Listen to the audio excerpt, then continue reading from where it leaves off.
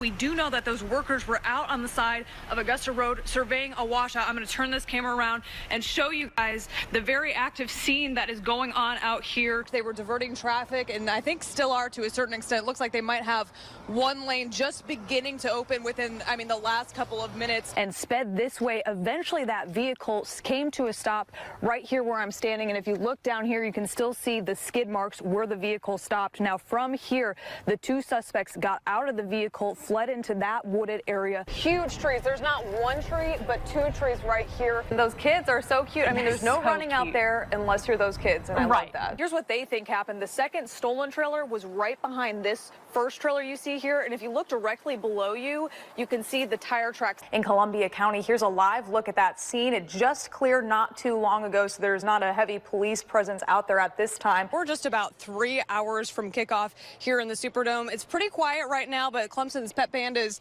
across the field from us. That's about 4.5 years that she's going to be spending behind bars. But take a look. We're sitting in front of the federal courthouse right now. We can't get any further than where these bars are, but she came out the doors of federal court just about an hour ago. That's where we find our Columbia County reporter, Brooke Zauner now. And Brooke, just really a shocking development today with this story unfolding. A shock to the family, a shock to the community, and really just a heartbreaking end to this story. Now, investigators say Scott Matthews' sister lived at this home behind me with her husband. That's exactly where the accident happened. You can still see the spray paint and the markings that investigators made out here. But the car never stopped. Tears streaming down her face. They kept going, and they left my brother there.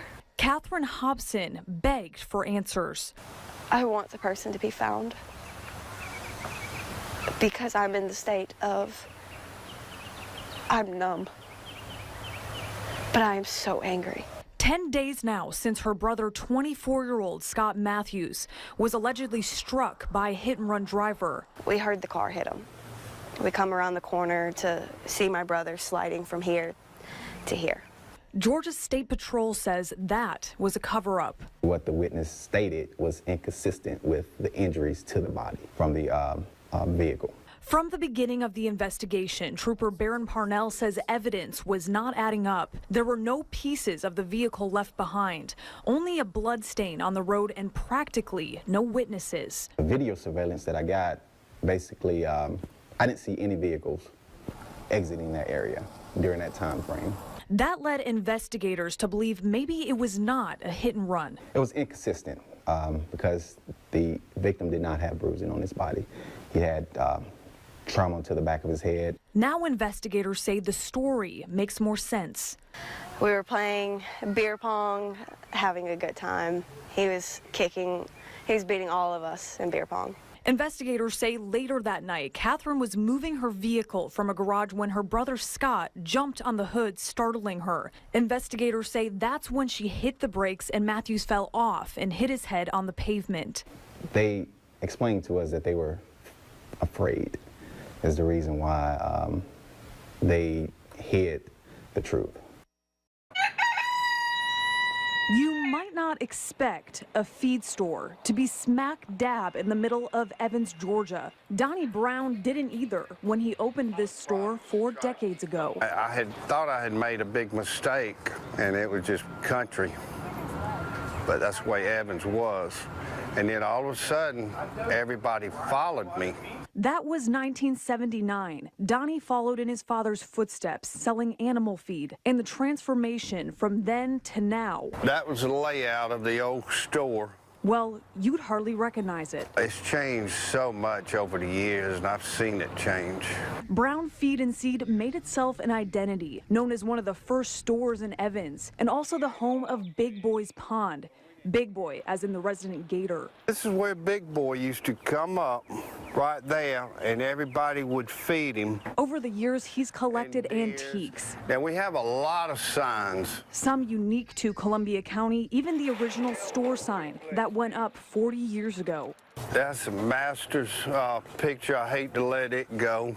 But all of it, from the metal signs to the replica of Big Boy, is going, closing a chapter that lasted 4 decades. And my customers are great.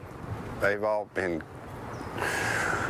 real good to me over the years, and I couldn't have made it without them. What became a simple truth 40 years ago is the same truth now. If you didn't know where to go, simple. Just ask Donnie Brown. I'm not going anywhere. I'll be right here, and you'll still see me.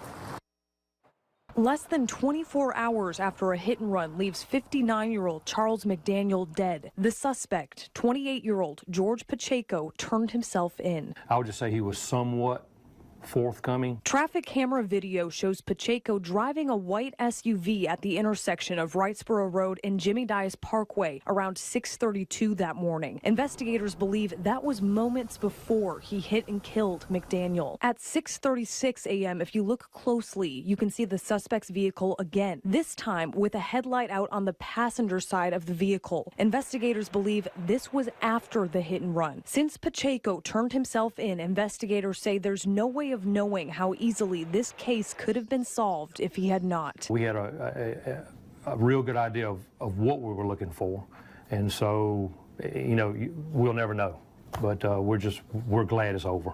But we're learning this isn't Pacheco's first run-in with law enforcement, and it's also not his first hit-and-run accident. According to court records from Richmond County, Pacheco was charged with leaving the scene of an accident, failure to maintain lane, and a hit-and-run back in 2016. That left him on probation and a more than $500 fine. While those previous citations and criminal history have no effect on this case, the Columbia County Sheriff's Office said those could come into play later down the line. That could come into play once his case goes to court. If he's found guilty, then possibly during the sentencing phase, but that's quite a ways down the road.